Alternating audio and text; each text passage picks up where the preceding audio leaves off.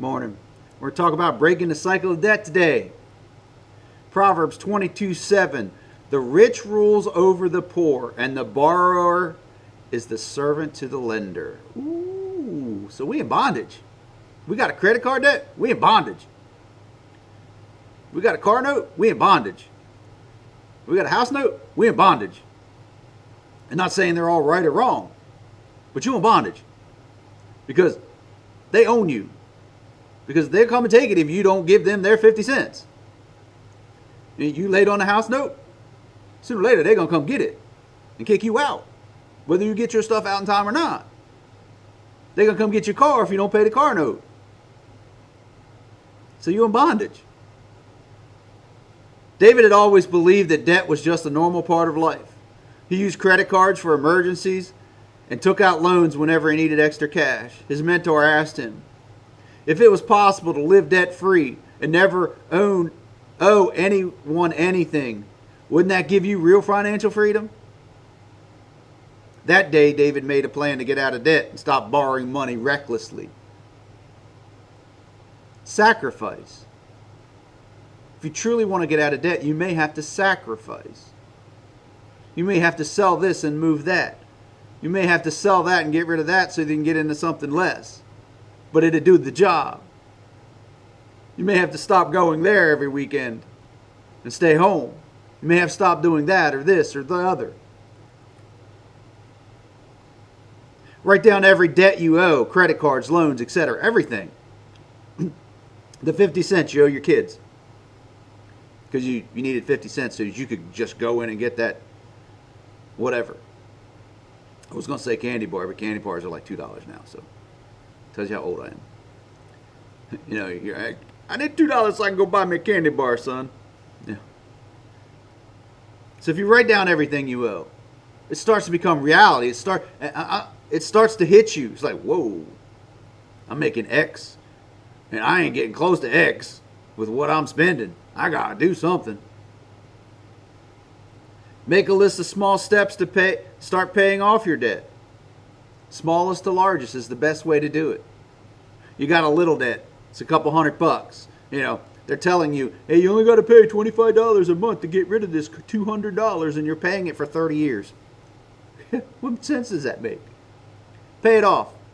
You know, hey, I got $40. Put $40 on it. Hey, I got $60. Put $60. Oh, I came up with an extra 100. You're done. In three payments. You're out. Pay the smallest off because there's such a thing as a snowball effect. You start paying the small one. And then you put that same money that you were putting on that small one on the next one, and then the next one, and then the next one. Then by the time you get to your big ones, you're paying double or triple what you were having because all the other debt that you had over here is gone. And those payments that you had over here is gone. It's not to go spend money on. It's not to go have pleasure. It's not to go have fun. It's to put on your debt so you can get out of the big one too. And it's a snowball effect. And then one day you'll look around and go, I'm free. I'm free. My finances are my own again. Stop using credit cards for non-essential purchases starting today.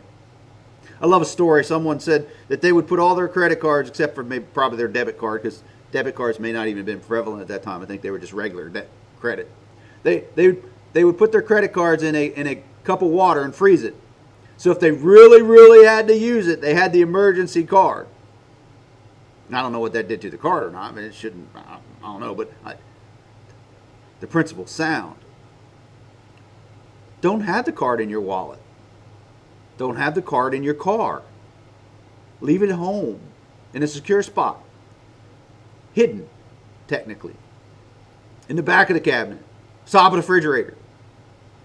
Somewhere you got to work to get to so that when that inspiration, you're typing your little fingers and, ooh, that's neat, I want that, look at that fancy thing. And you're like, let me get my credit card. Man, I don't feel like getting up and getting a ladder, getting on top of the refrigerator, just so I can get in there to get that card so that I can order this widget-majiggy. Sometimes if we inconvenience ourselves, we don't do a lot. We're creatures of habit. We're creatures of convenience. You know, why do we go to the drive-thru? Because we don't want to get out of the car. You know? And And we go through the drive-thru, we know we got a credit card, and nowadays we got less cash. And we just go, here you go, swipe. Beep, beep, beep, beep. The $5 item becomes $7 because of the interest that we're going to pay on it if we don't pay it off in time. Or if you don't pay your credit bill and you just pay the minimum, that $5 item may be $20 by the time you pay it off in 30 years. It's just little stuff that we can start making adjustments. Those are 3 simple things that will change your financial situation. Remember, continue to be who God created you to be.